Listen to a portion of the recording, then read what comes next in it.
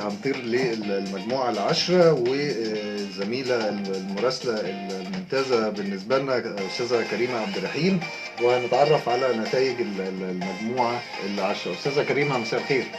مساء الخير كابتن وائل، كل التحية لحضرتك والمضيفين.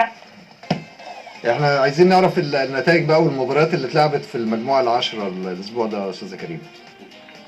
شارك المجموعة العشرة في الأسبوع الثاني عشر من الدوري الدرجة الثالثة التي تضم منطقة كفر الشيخ والبحيرة.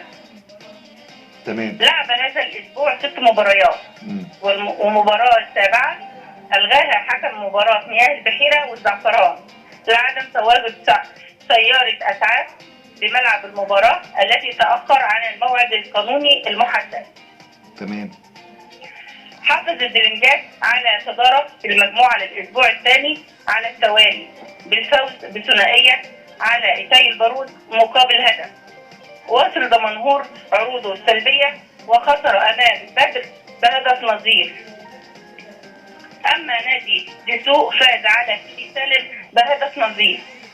وفاز مركز شباب كوم حمادة بهدف نظيف على أبو المسامير.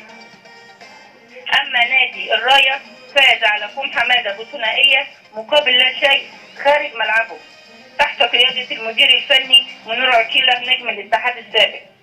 وتعادل سكا وبيلة بهدف لكل منهم. يصبح مجموعة الأهداف الأسبوع ده 10 أهداف. نيجي لترتيب المجموعة. طبعا في الصدارة الدرنجات لثاني أسبوع 24 نقطة، دمنهور 21 نقطة، بدر 20 نقطة، دسوق 19 نقطة، الراية 17، مياه البحيرة 16، أما سيدي سالم ومركز شباب كوم حمادة 15 نقطة لكل منهم. أما أبو المسامير وبيلة وإيتاي البارود 13 نقطة لكل منهم. سخا 12، الزعفران 9، وبلطيم 8، وكوم حمادة 4.